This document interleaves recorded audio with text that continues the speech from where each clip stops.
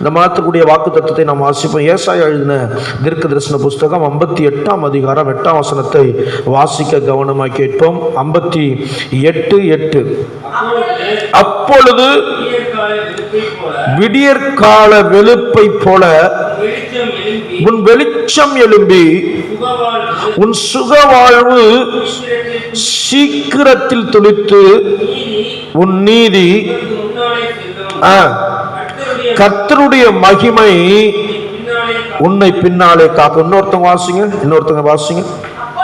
அப்பொழுது உன் வெளிப்பை போல உன் வெளிச்சம் எழும்பி உன் சுக வாழ்வு சீக்கிரத்திலே துளிர்த்து உன் நீதி உனக்கு முன்னாலே செல்லும், கர்த்தருடைய மகிமை உன்னை பின்னாலே காக்கும். வாக்கு தத்துவம், உன் சுக வாழ்வு சீக்கிரத்திலே துளிர்க்கும். அதை அண்டர்லைன் பண்ணீங்க. சுக வாழ்வும் சீக்கிரம், அந்த சீக்கிர வார்த்தையை நீங்க அதை அண்டர்லைன் பண்ணுங்க. ஹல்லேலூயா. ஆண்டவருடைய பரிசுத்த நாமம் மகிமைப்படட்டும்.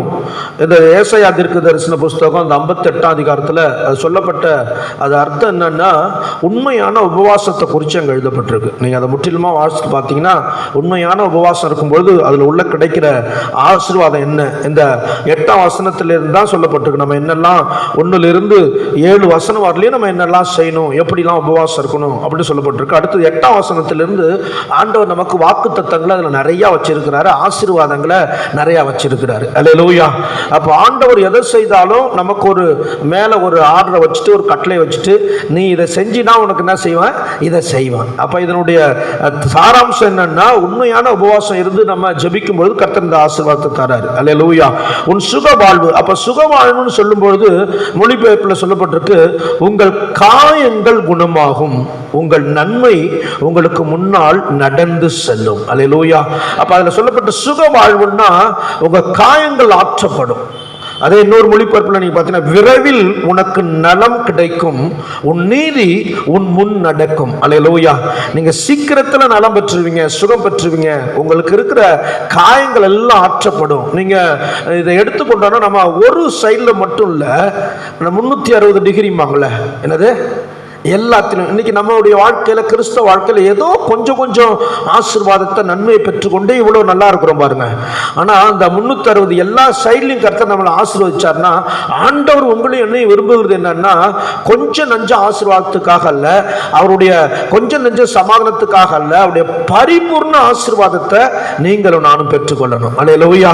இது வெறும் சுகத்துக்கு மட்டும் எடுத்துக்காதீங்க, சமாதானத்தை சேர்த்துங்க, பொருளாதாரத்தை சேர்த்துங்க, இழப்புகளை சேர்த்து, இது எல்லா விதத்திலும் நீங்க ஆண்டவரை நோக்கி பார்க்கணும். அல்லேலூயா. அது சேர்ந்ததுதான் அதுதான் சுக வாழ்வு. அல்லேலூயா. பரிபூரணம், ஆண்டவர் பூரணம்ல பரிபூர்ணம், நம்ம பிள்ளைகள் பரிபூர்ண வாழ்க்கையை வாழணும், பரிபூர்ண ஆசீர்வாதத்தோட இருக்கணும், பரிபூர்ண சந்தோஷத்தோட இருக்கணும். அவர் விரும்புகிற காரியங்கள்லாம் ஏதோ கொஞ்சம் நஞ்சம் இல்லை, அது எல்லாவற்றையும் நீங்களும் நானும் அனுபவிக்க தான் கர்த்தர் இந்த வாழ்க்கையை நமக்கு கொடுத்திருக்கிறார். அல்லேலூயா. நம்ம அநேகர் அதுதான் கொஞ்சம் ஏதோ ஒரு பகுதியில் கொஞ்சம் ஆசீர்வாதத்தை, நன்மைகளை, சந்தோஷத்தை, மகிழ்ச்சி அடைந்துட்டு இதுதாண்டா மென்மென்னு சொல்லி நம்ம போயிடுறோம். ஆண்டவருடைய பரிபூர்ண ஆசீர்வாதத்தை அவருடைய பிள்ளைகளுக்கு வைத்திருக்கிறார். அப்ப சீக்கிரத்தில் நம்ம காயம் ஆறும், விரைவில் நீங்க என்ன செய்வீங்க, குணமாவீங்க, நலம் பெறுவீங்க. எல்லா விஷயத்திலும் சரீர பிரகாரமாக நான் சொல்ல வரல, நம்ம எல்லா விதத்திலும் என்னென்னலாம் நம்ம இந்த பூமியில நினைச்சிட்டு இருக்கிறோமோ, நம்ம மன அழுத்தம், மன பாரம், நம்ம சரீர சுகம், ஆரோக்கியம், இதெல்லாம் எல்லாத்தையும் சேர்த்துக்கோ. எல்லா விதத்திலும் கர்த்தர் என்ன சொல்றேன்னா, சீக்கிரத்திலே உன் சுக வாழ்வு துளிர்க்கும். அல்லேலூயா. எந்தெந்த காரியத்தின் நிமித்தம் நீங்க தொடர்ந்து ஆண்டவர் சமூகத்தில் போராடி அவர் கண்ணீரோட, அவர்கள் கதறுதலோட, வேதனையோட, மன பாரத்தோட நீங்க உட்கார்ந்து செபிக்கிறீங்களோ, ஆராதனைக்கு வாரீங்களோ, இதெல்லாம் கர்த்தர் பார்த்து சுக வாழ்வு, சுகமா இருக்க விரும்புகிறேன். அல்லேலூயா. உங்கள் ஆத்துமா வாழ்வது போல எல்லாவற்றிலும் வாழ்ந்து சுகமா இருக்க விரும்புகிறார். அதான் இந்த எல்லா அப்படின்னா எல்லா பகுதியிலும், எல்லா டைரக்ஷன்லயும் கர்த்தர் நம்ம ஆசீர்வதிக்க அவர் விரும்புகிறார். அல்லேலூயா. கொஞ்சம் நஞ்ச ஆசீர்வாதம் இல்ல, ஒரு பகுதியில் கிடைக்கிற ஆசீர்வாதம் இல்ல, எல்லா உங்க ஆத்துமா வாழ்வது போல எல்லாவற்றிலும் நீங்க வாழ்ந்து சுகமா இருக்க விரும்புகிறேன் என்று ஆண்டவர் சொல்லுகிறார். நீங்க ஏசாயா 1ஆம் அதிகாரத்தை நீங்க எடுத்து பார்த்தீங்கன்னா, இந்த ஜனங்களுக்கு ஆண்டவர் சொல்ற காரியம், இஸ்ரவேல் ஜனங்களுக்கு ஆண்டவர் கொடுத்த காரியத்தை குறித்து அந்த அதிகாரம் முழுவதும் இந்த பிரசங்கத்துக்கு, இந்த வசனத்துக்கு, வாக்குத்தத்த வசனத்துக்கு ஏற்றது போல அந்த வசனத்தில் எழுதி வைக்கப்பட்டிருக்கு. நீங்க 1ஆம் அதிகாரம் 5-6 வாசிங்க. ஏசாயா தீர்க்க தரிசன புஸ்தகம் 1ஆம் அதிகாரம் 5-6 நம்ம வாசித்தோம்னா, வாசிங்க. இன்னும் நீங்கள் ஏன் அடிக்கப்பட வேண்டும்? தலையெல்லாம் வியாதியும்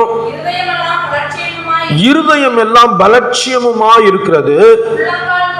உள்ளங்கால் தொடங்கி உச்சந்தலை மட்டும் அதிலே சுகமே இல்லை. அது காயமும் வீக்கமும்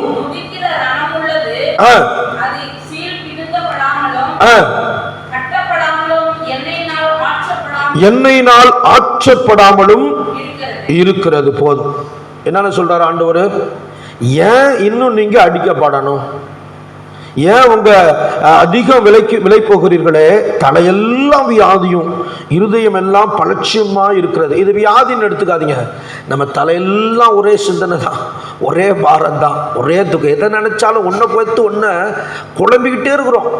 அது வியாதின்னு மட்டும் நீங்கள் எடுத்துக்காதீங்க. நம்ம நினைக்கிற நினைவுகள், நம்ம என்னெல்லாம் எதிர்பார்ப்புகள், ஆண்டவர் சமூகத்தில் உட்காரும்பொழுது நமக்கு இருக்கிற எல்லாம் என்னென்னலாம் சிந்தனைகள் வந்துட்டு போகுது, அதெல்லாம் உங்கள் தலையெல்லாம் எப்படி இருக்கா? வியாதி. அடுத்து சொல்லப்பட்டிருக்கு, உங்கள் இருதயம்லாம் என்ன செஞ்சு? பலட்சமுமாக இருக்கிற. இருதயத்தில் நல்லா இருக்கா?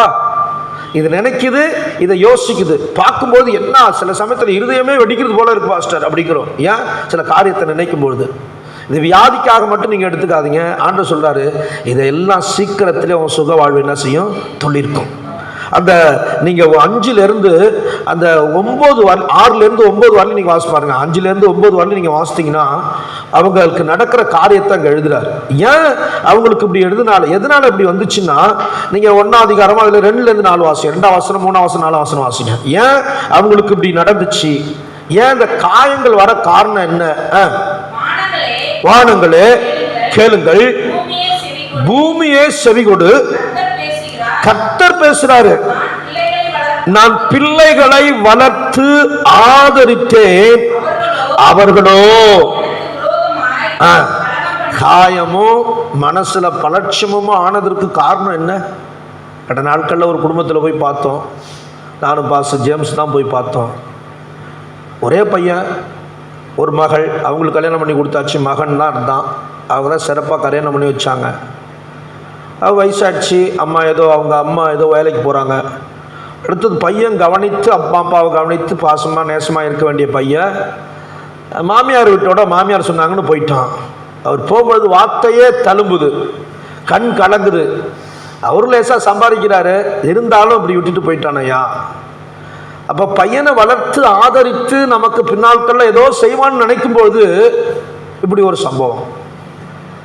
ஆண்டவர் அதான் சொல்கிறாரு, கஷ்டப்பட்டு நீ பாவத்தில் கடந்த, அக்கிரம செட்டில் உழன்ற, அந்த எசேக்கியேல் தீர்க்கதரிசன புஸ்தகம் தான் நினைக்கிறேன். நான் போகும்பொழுது நீ ரத்த வெள்ளத்தில் கடந்த, நீ பிழைத்திருன்னு நான் சொன்னதுனால நீ என்ன செஞ்ச? பிழைச்ச. அதுலேயே அந்த அதிகாரத்தை சொல்லுவார், உனக்கு வாலிப பிராயம் வந்தது, நீ பருவ காலமும் அடைந்த, அப்படி அடைந்ததுனால நீ என்ன செஞ்சிட்ட? அந்த தேசத்தை குறித்து அங்கே எழுதுறாரு, இஸ்ரவேல் குறித்து ஓமையா. அநேகருடன் நீ என்ன செஞ்ச? தொடர்பு வச்சு இந்த வேசித்தனம் பண்ண, உன் அழகு, உனக்கு இருக்கிற அந்த என்னது எல்லாத்தையும் வச்சு அநேக தேசத்தோட அந்த விக்கிர ஆராதனை, அதை குறித்து சொல்றாரு, ஏசப்பா எழுதுறாரு. அப்படித்தான் நான் பிள்ளைய வளர்த்த ஆதரித்த, நம்ம எதிர்காலம் நம்ம தெரிந்தெடுத்து கொண்ட விதம், இது எல்லாத்தையும் இஸ்ரவேல் ஜனங்கள் எப்படி இருந்தாங்கன்னு நமக்கு தெரியும். அடிமைத்தனத்தில் இருந்தாங்க, ஆதரவற்ற இருந்தாங்க, கேட்க ஆள் இல்லை. அப்படிப்பட்ட சூழ்நிலை தான். இப்படி வளர்த்த என்ன சேவிக்கணும்னு மட்டும்தான் சொன்னேன், ஆனா என்னை விட்டு போயிட்டாங்க. அதான் சொல்லப்பட்டிருக்கு.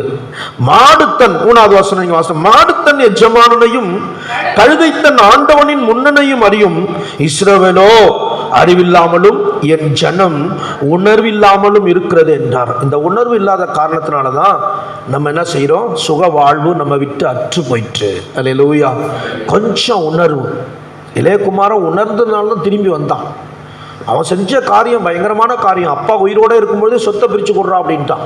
நல்ல சாப்பாடு, நல்ல வேலைக்காரர்கள், சின்ன முதலாளி. இவர் வந்தாருன்னா முதலாளி சொல்ல ஒரு ஆள், செருப்பு தூக்கி போடுவார் ஒரு ஆள், காலை கழிவுட ஒரு ஆள், எல்லா வசதிகளும் இருக்கு. தகப்பனோடு இருந்த நாட்கள்லாம் அவ்வளவு ஆசீர்வாதமான நாட்கள். அவர் போயிட்டான், தகப்பன்ட்ட பிரிச்சுட்டு போயிட்டான். ஆனால் ஒரு உணர்வு வருது. ஏன்? இந்த காலவெல்லாம் ஆண்டவர் அதை தான் நமக்கு பார்க்குறாரு. நம்ம ஆண்டவர் விட்டு தூரம் போகிறோம், ஆண்டவர் சொல்லாத வார்த்தை கேட்க மாட்டோம். நீ போகும்பொழுது இந்த உணர்வை கர்த்தர் கொடுத்து திரும்ப எழுக்கிறாரு. அவன் செஞ்ச பெரிய நன்மை அங்கே தெரியுமா, அவனுக்கு டேர்னிங் பாயிண்ட் என்ன தெரியுமா, அங்கே உட்காந்து யோசிக்கிறான், நம்ம அப்பா வீட்டில் சாதாரண வேலைக்காரனுக்கு நல்ல சாப்பாடு கிடைக்கிது. என்னது சாதாரண வேலைக்காரன் அவனுக்கே பூர்த்தியான சாப்பாடு அப்படின்னு போட்டிருக்கு. நம்ம எப்படி கஷ்டப்படுறோமே அதுதான் உங்களுக்கு எனக்கு வேணும். அல்லேலூயா. நம்ம சுக வாழ்வு போனதற்கு காரணம் என்ன? அதிகமாக நம்ம மனசுல பாரம் வந்ததுக்கு காரணம் என்ன? எவ்வளோ மகிழ்ச்சியா இருக்கணும், எதை வந்தாலும் பார்த்துக்கலாம், ஆண்டவர் பார்த்து பார்ப்பா அப்படின்னு ஒரு விசுவாசத்தில் இருந்து அது நம்ம விட்டு எடுத்து போட்டது என்ன, அதை நீங்க கண்டுபிடிக்கலாம். தான் உணர்வு. ஏன் நம்ம இப்போ அதிகமாக வருத்தப்படுறோம், அதிகமாக கவலைப்படுறோம், அதிகமாக எப்படி என்ன செய்யறோம், அதை நினைச்சே உருகி போறோம். அப்பெல்லாம் எவ்வளோ பெரிய பிரச்சனையும் அசால்ட்டா போகணும். கர்த்தர் இருக்கிறாரு, எனக்கு யார் வேணாலும் வேணாம், ஊதிமி சொந்த பந்தம் வேணாம், என் பிள்ளை வேணாம், எனக்கு யார் இருந்தா போதும், அதே வார்த்தையை சொல்லதான் ஆண்டவர் விரும்புகிறார். அல்லேலூயா. ஆமென். இப்படி இருந்து பாருங்க, சுக வாழ்வு கர்த்தர் தந்து நம்ம நடத்த உண்மையுள்ளவராயிருக்கிறார். அடுத்து 4ஆம் வசனத்தை சொல்லப்பட்டிருக்கு, ஐயோ பாவமுள்ள ஜாதியும் அக்கிரமத்தால் பாவம் சுமந்த ஜனமும் பொல்லாதவர்களின் சந்ததியும் கேடு உண்டாக்குகிற புத்திரருமாய் இருக்கிறார்கள். கர்த்தரை விட்டு இஸ்ரவேலின் பரிசுத்தருக்கு கோபம் உண்டாக்க பின்வாங்கி போனார்கள். அந்த வார்த்தை அன்லைன் பண்ணீங்க. பிள்ளைகளை வளர்த்த ஆலோதித்த அவர்கள் விரோதமாக கலகம் பண்றாங்க. மாடுத்தன் எஜமானனையும் கழுதைத்தன் முன்னணையும் ஆண்டவருடைய முன்னணையும் அறியும். கர்த்தரை விட்டு இஸ்ரவேல் ஜனங்கள் போனாங்க. அதான் சொல்லப்பட்டிருக்கு. அவங்களுக்கு வந்த சுக வாழ்வு அற்று போனதற்கு காரணம் என்ன அங்க சொல்லப்பட்டிருக்கு, ஆண்டவர் விட்டு என்ன செஞ்சாங்க, தூரம் போனாங்க. ஆண்டவர் இப்படி தான் வருத்தப்படுறாரு. நம்ம ஆண்டவர் விட்டு வழி விலகி அவருடைய வார்த்தை கேட்காக போகும்போது, நான் உன்னை இப்படி எடுத்தனே, இந்த இதே புலம்பல் தான் ஆண்டவர் ஏசாயாவை கொண்டு அன்னைக்கு புலம்புறாரு, என் ஜனங்க அப்படி போயிட்டாங்க. அப்போ வேதவசம் சொல்லுது, அடுத்து நீங்க நம்ம அங்க அப்படி இருந்துட்டு நம்ம செலுத்துகிற பலிகள்லாம் ஒரு பிரியம் இல்லைங்கிறார். நீங்க 1லேருந்து 10லேருந்து 15 வரலையும் வாசிங்க. உங்க பலி எனக்கு என்னத்துக்கு, இப்படி இல்லாம என்னை விட்டு தூரம் போயிட்டு வீணான பலி செலுத்துறாங்க. அதை அவர் என்ன செய்யறாரு, அருவருக்கிறார். வாசிங்க. கேளுங்கள், செவி கொடுங்கள் எண்ணத்துக்கு.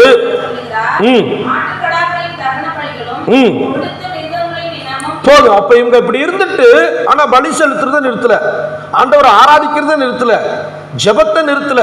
ஆனா ஆண்டவர் சொல்றாரு, நீங்க இதை செய்யாம இதை செஞ்சீங்கன்னா உங்களுக்கு சுக வாழ்வு என்ன செய்யாது, வராது. இதை முடிங்க. ஃபர்ஸ்ட் இதை என்ன செய்யுங்க, ஆண்டவரோட இருக்கிற அந்த விலகி போனீங்கல்ல அதை சரி பண்ணுங்க, அப்புறம் பலி செலுத்துங்க, நான் கேட்பேங்கிறாரு. அல்லேலூயா. நீங்க என்ன செய்யணும் அப்படின்னா அந்த வசனத்துல வாசிங்க, 16லேருந்து 20, 19ஆம் வசனத்தை மட்டும் வாசிங்களேன். 19ஆம் வசனத்தை வாசிங்க. நம்ம என்ன செய்யணும், நீங்கள் மனம் பொருந்தி செவி கொடுத்தால் தேசத்தின் நன்மையை புசிப்பீர்கள்.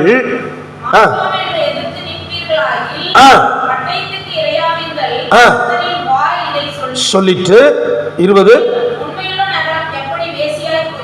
சரி, அங்க என்ன சொல்றேன்னா, நீங்க என்ன செய்யணும் அங்க எழுதுறாருன்னா, நீங்க மனம் திரும்பி நல்மனம் பொருந்தி என்னது செவி கொடுத்தால் தேசத்தின் நன்மையை புசிப்பீர்கள். அப்படின்னா சுக வாழ்வு உங்களுக்கு வரும்.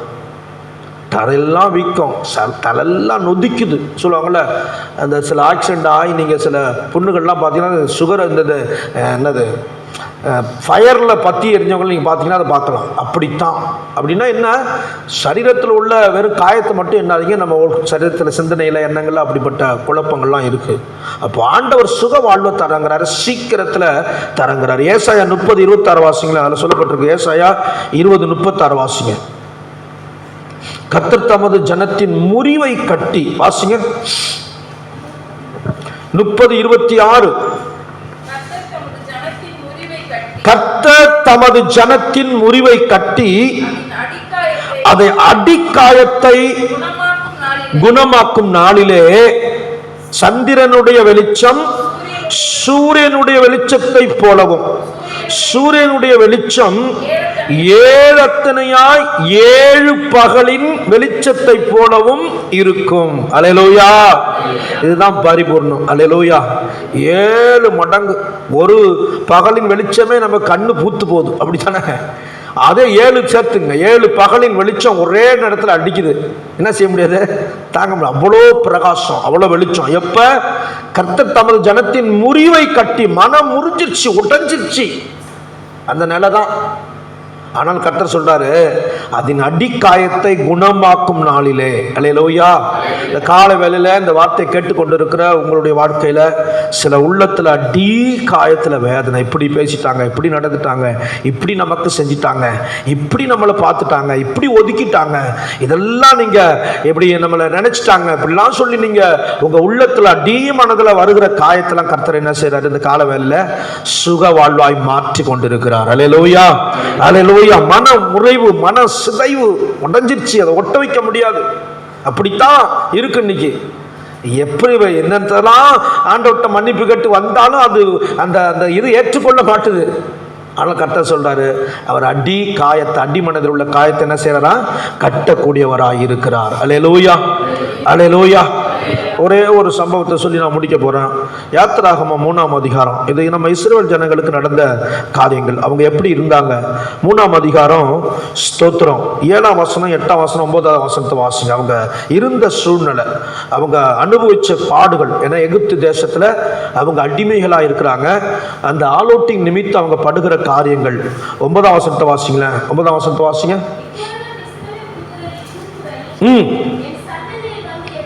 என் சன்னதியில் வந்து எட்டினது,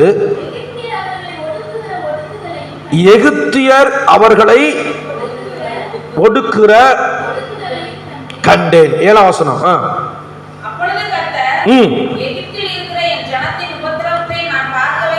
உபத்திரவத்தை பார்க்கவே பார்த்து கேட்டேன், அவர்கள் படுகிற வேதனையும் அறிந்திருக்கிறேன்.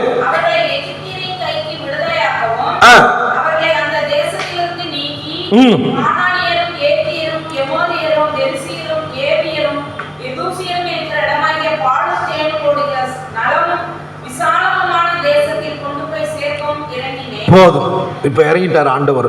எங்க அங்க சொல்லப்பட்டிருக்க அந்த வார்த்தை, அவர்களை அந்த தேசத்திலிருந்து நீக்கி அவர்கள் எகிப்தின் கைக்கு விடுதலையாக்கும். நீங்க இப்ப இந்த சுக வாழ்வை சீக்கிரத்தில் நான் தருவேங்கிறாரு. எதுல இருந்து? நம்ம வைத்திருக்கிற, நமக்கு இருக்கிற அந்த காயத்திலிருந்து, நம்ம படுகிற வேதனையிலிருந்து மாற்றி சீக்கிரத்தில் எங்க கொண்டு போறதா? பாலும் தேனும் நலமுமான விசாலமுமான தேசத்துல நான் கொண்டு போய் சேர்க்கவும் இறங்கினேன். அல்லேலூயா, அல்லேலூயா. அப்ப அந்த சீக்கிரம், உன் சுக வாழ்வு சீக்கிரத்துல துளிர்க்கும். கர்த்தர் இறங்கினார். ஏன்? அந்த ஜனங்களுடைய கூக்குரல், வேதனை, ஒரு ரட்சகனை, ஒரு மோசைய கூட்டு வரார், ஒரு ஊழியக்காரனை எழுப்பப்படுகிறது. அந்த அந்த அதிகாரத்திலேருந்து அந்த ஜனங்கள் படுகிற வேதனைகளை நீங்கள் பார்ப்பீங்க. கர்த்தர் அவங்க மீட்டெடுக்கக்கூடிய காரியங்கள். மோசை போய் பல அற்புதங்களை செய்கிறாரு. அதன் நிமித்தம் முதல் அற்புதத்தில் அவங்க காட்டினோன்னே இன்னும் கூட்டிட்டான், ஜனங்களுடைய ஆக்கினை அவங்க மேலே கூட்டியாச்சு. அவங்க சொல்கிறாங்க, ஏன் மோசை, நாங்கள் நல்லா தானே இருந்தோம், நல்லா கொஞ்சம் நெஞ்சம் அவன் கொடுத்துட்டு, அவங்க கொடுக்குற வைக்கோலை வச்சு ஏதோ கல்லை சுட்டுட்டு அவன் கொடுக்குற சம்பளத்தை வாங்கி நல்லா சாப்பிட்டுட்டு இருந்தோம். இப்ப நீ வந்து ஒரு அற்புதத்தை காட்டின, கோலை போட்ட பாம்பா மாறிடுச்சு, கையை கமிட்டில் வச்ச குஷ்டமா மாறிடுச்சு. இதை பார்த்துட்டு அவன் சொல்றான், வைக்கல தர முடியாதுன்ட்டான், நீங்களே போய் சம்பாரிச்சுட்டு வரணும், நீங்களே என்ன செஞ்சீங்கன்னு சாப்பிட்டுக்கணும். ஏன் இந்த வேதனை உண்டாக்கணும்? வேதனை என்னோட ரட்சகனை அனுப்பி இவங்களை மீட்டுட்டு போலான்னு பார்த்தா இதுக்கும் தாண்டி அங்க இருக்கு. ஆனாலும் ஆண்டவர் மோசைட்ட சொன்னாரு, என் கையின் வல்லமைகளை நீ என்ன செய்வ? பார்ப்ப. அல்லேலூயா. அந்த பாருங்க, 14 அதிகாரம் வரலையும் நடந்த சம்பவம், அற்புதம் நடக்குது, 10 அற்புதத்தை காட்டி நானே தேவன் அங்கே நிரூபிக்கிறாரு.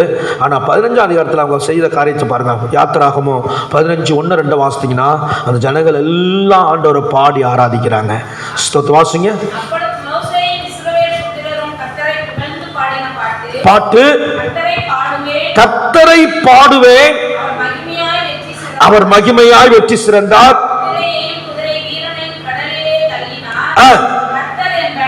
என் கர்த்தர் என் பலனும் என் கீதமும் ஆனவர்,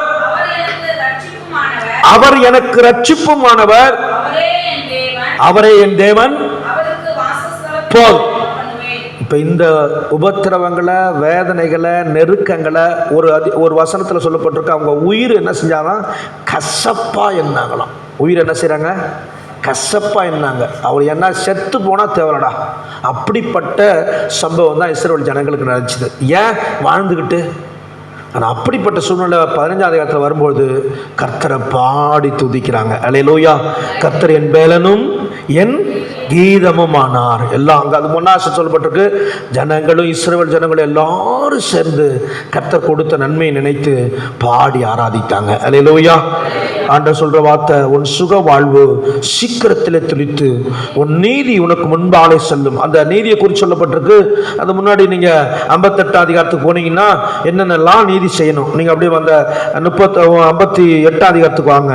அது 6, 7 நீங்க வாசிங்க. இதான் நீதி. இதெல்லாம் நம்ம சரி செய்யும்போது நீதி நமக்கு முன்பாக போகும். அடுத்தது கர்த்தருடைய மகிமை நம்ம என்ன செய்யுமா? கர்த்தருடைய மகிமை உன்னை பின்னாலே என்ன செய்யும்? இஸ்ரவேல் ஜனங்களுக்கு ஆண்டவர் என்ன செய்ய, முன்னும் பின்னும் மகிமையா என்ன செஞ்சாரு? மேக ஸ்தம்பமா இருந்தார். அவங்களுக்கு இருட்டு, இவங்களுக்கு வெளிச்சம். இஸ்ரவேல் தூதனானவர் அந்த செங்கடல்ல அவங்களுக்கு முன்னாடி போனவர் பின்னாடி வந்து மறைச்சிட்டாரு. இவங்களை நடுக்கடல்ல போக சொல்றதுக்காக வர வச்சு அந்த மகிமையினால் அவர் நடத்திட்டு கொண்டு வந்தார். அது போலதான் உங்களுக்கு எனக்கு முன்னும் பின்னும் பாதுகாப்பை தந்து நடத்துகிறவராக இருக்கிறார். அல்லேலூயா. நீதி என்ன? அது மட்டும் வாசிங்க. 58:6-7 வாசிங்க. 6-7 வாசிங்க. அக்கிரமத்தின் கட்டுகளை அவிழ்க்கிறதும்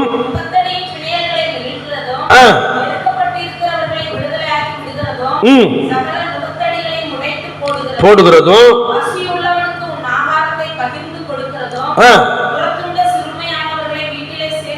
சேர்த்து கொள்ளுகிறதும்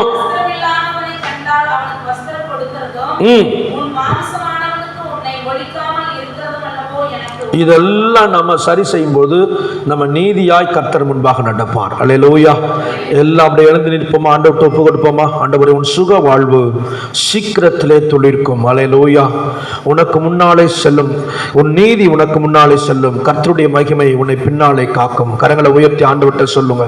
ஆண்டவரே ஸ்தோத்திரம். எல்லா பகுதிகளிலும் எங்களுக்கு நல்ல வாழ்வை ஆண்டவரே, எங்க சரீர காயத்துக்கு மட்டும் அல்ல, சுகத்துக்கு மட்டும் அல்ல, எல்லா சூழ்நிலையிலும் நீங்க ஆண்டவரே கர்த்தாவே மக்கு ஸ்தோத்திரம் ஸ்தோத்திரம். சமாதானத்தை, பொருளாதாரத்துல ஆசீர்வாதத்தை, சுகத்தை, சிந்தனையில, எண்ணங்கள்ல, சரீரத்துல, எல்லா சூழ்நிலைகளிலும் எங்களுக்கு ஆண்டவரே நீர் ஆண்டவரே சுக வாழ்வை தரப்போகிறதற்காக விசுவாசிங்க. கேளுங்க ஆண்டவர்கிட்ட. ஆண்டவரே எல்லா சூழ்நிலை வெறும் சரீரத்துக்கு மட்டும் அல்ல, அது இருக்கு ஆண்டவரே. எல்லா நல்ல சமாதானத்துல, சந்தோஷத்துல, நல்ல மனநிலையில, நல்ல மகிழ்ச்சியில ஆண்டவரே, எந்த எங்க சிந்தனையில குழப்பங்களோ, எண்ணங்களோ, சிந்தனைகளோ, எங்க இருதயத்தில் இருக்கிற எல்லா பாரங்களோ சுக வாழ்வை நீ கட்டளையிடுகிறதற்காக ஆண்டவரே மக்கு நன்றி நன்றி நன்றி நன்றி. அப்பா பிதாவே மக்கு ஸ்தோத்திரம் ஸ்தோத்திரம் ஸ்தோத்திரம். ஆண்டவரே பரிசுத்தமுள்ள தெய்வமே மக்கு நன்றி. ஹல்லேலூயா. யெகோவா ஈரே எல்லாமே பார்த்து கொள்வி. யெகோவா ஈரே எல்லாமே பார்த்து கொள்வி. ஸ்தோத்திரமே அப்பா ஸ்தோத்திரமே ஸ்தோத்திரமே அப்பா ஸ்தோத்திரமே. கர்த்தர் நாமம் என் புகலிடமே, கருத்தோடு துதித்திடுவே. கர்த்தர் நாமம் என் புகலிடமே, கருத்தோடு துதித்திடுவே. யெகோவா ரஃபா சுகம் தரும் தெய்வமே. யெகோவா ரஃபா சுகம் தரும் தெய்வமே. கலங்களப்பா நாங்கள் கலங்களப்பா, கலங்களப்பா நாங்கள் கலங்களப்பா. கர்த்தர் நாமம் என் புகலிடமே, கருத்தோடு துதித்திடுவே. கர்த்தர் நாமம் என் புகலிடமே, கருத்தோடு துதித்திடுவே. கரங்களை கோப்பி ஆண்டவரே, எல்லா ஆண்டவரே பகுதிகளிலும் எங்களுக்கு நல்ல ஒரு சுக வாழ்வை நீ தரப்போகிறதற்காக நன்றி அப்பா. சரத்துல மாத்திரம் அல்ல ஆண்டவரே, எல்லா இடங்களிலும் எல்லா பகுதிகளிலும் எங்களுக்கு நீ சுக வாழ்வை சீக்கிரத்திலே தரப்போகிறதற்காக நன்றி. கிருபையுள்ள பிதாவே, இந்த ஆசீர்வதிக்கப்பட்ட வேலைக்காக ஸ்தோத்திரம் ஆண்டவரே. இந்த முதல் மாதத்தின் முதல் நாளிலே உடைய சமூகத்திலே வந்து பாடி ஆராதிக்க, நன்றி செலுத்த, துதிக்க ஆண்டவரே, ஆராதிக்க நீர் கொடுத்த நல்ல தன்னத்துக்காக ஸ்தோத்திரம். விசேஷமாய் உடைய பரிசுத்த வார்த்தையின் மூலமா எங்களோடு பேசினதற்காக நன்றி. அப்பொழுது விடியற்கால வெளுப்பை போல உன் வெளிச்சம் எழும்பி உன் சுக வாழ்வு சீக்கிரத்திலே துளித்து உன் நீதி உனக்கு முன்னே செல்லும், கர்த்தருடைய மகிமை உன்னை பின்னாலே காக்கும் என்ற வேத வசனத்தை கொடுத்து எங்களை ஆசீர்வதிப்பதற்காக நன்றி அப்பா. சீக்கிரத்திலே கொஞ்ச நாள் பாடு என்று சொல்லப்பட்டிருக்கிறது. இந்த லேசான உபத்திரவம் நீங்கி போகும் என்று சொல்லப்பட்டிருக்கிறது. வந்த ஒவ்வொரு தேவ பிள்ளைகளுக்கும் நீர் எந்தெந்த பகுதியிலே அவர்களுக்கு சுக வாழ்வை கொடுக்க வேண்டுமோ, சுகத்தை கொடுக்க வேண்டுமோ, அதை தந்து அவர்களை ஆற்ற தேற்ற நாங்கள் செபிக்கிறோம் ஆண்டவரே. ஒவ்வொருவரையும் கரத்தில் ஒப்பு கொடுக்கிறோம். நேரில் வந்தவர்களுக்காக, ஆன்லைன்ல இருப்பவர்களுக்காக செபிக்கிறோம். இந்த மாதம் முழுவதும் அநேக தேவைகளோடு ஆண்டவரை நாங்கள் வந்து நிற்கிறோம். தேவைகளை சந்திக்கிறவர் ஏகோவா ரப்பாவாயிருந்து தேவைகளை சந்திக்கும்படியா ஏகோவா ஈராயிருந்து சுகத்தை தரும்படியாய் நாங்கள் செபிக்கிறோம் ஆண்டவரே. கர்த்தர் கிரியை செய்யும். வந்த ஒவ்வொரு பள்ளிகளையும் ஆசீர்வதித்து அனுப்பும். நீர் கொடுத்த நல்ல வார்த்தைக்காக நன்றி. 30, 60, 100 பலன் தர உதவி செய்யும். கிருபை சூழ்ந்து கொள்ளட்டும். எங்க சிறு பிள்ளைகளை, வாலிபர்களை, பெரியவர்களை, நடுத்தர வயதுள்ளவர்களை, சபையின் குடும்பங்களை ஒவ்வொருவரையும் உங்க கரத்தில் ஒப்பு கொடுத்து ஜெபிக்கிறோம் ஆண்டவரே. நீர் இந்த மாதம் முழுவதும் கண்மணி போல பாதுகாக்க போகிறதற்காக ஸ்தோத்திரம். எங்கள் அண்டை மாநிலத்துக்காக ஜெபிக்கிறோம், கேரளாவுக்காக ஜெபிக்கிறோம். அங்குள்ள எல்லா ஆண்டவரை நிலைகளையும் மாற்றி தர ஜெபிக்கிறோம். வேதனை மேல வேதனை வராதபடி, துக்கத்தின் மேல துக்கம் வராதபடி, இழந்த ஆண்டவரே அப்பாவை, கணவனை, மனைவிய, பிள்ளைகளை இழந்த குடும்பத்திற்கு தேவையான ஆறுதலை தந்து நடத்த நாங்கள் ஜெபிக்கிறோம் ஆண்டவரே. ஆண்டவரே, இந்த கேரளா மாநிலத்தை ஆசீர்வதிங்கப்பா. ஜனங்களை இன்னும் பாதுகாக்க ஜெபிக்கிறோம். கரத்துல தாழ்த்தி அர்ப்பணிக்கிறோம். இயேசுவின் மூலம் ஜெபம் கேள் நல்ல பிதாவே. என் ஆத்துமாவே கர்த்தரை ஸ்தோத்திரி, என் முழுமே உடைய பரிசுத்த நாமத்தை ஸ்தோத்திரி. என் ஆத்துமாவே கர்த்தரை ஸ்தோத்திரி, அவர் செய்த சகல உபகாரங்களையும் மறவாதே. ஆமென். ஆண்டவராகிய இயேசு கிறிஸ்துவுடைய கிருபையும், பிதாவுடைய அன்பும், பரிசுத்த ஆவியானவருடைய அந்யோன்ய ஐக்கியமும் இன்றும் என்றும் சதா காலங்களிலும் நாம் அனைவரோடு கூட இருப்பதாக. ஆமென் சொல்லுவோமா? ஹல்லேலூயா, ஹல்லேலூயா. கர்த்தர் உங்களை ஆசீர்வதிப்பாராக. God bless you.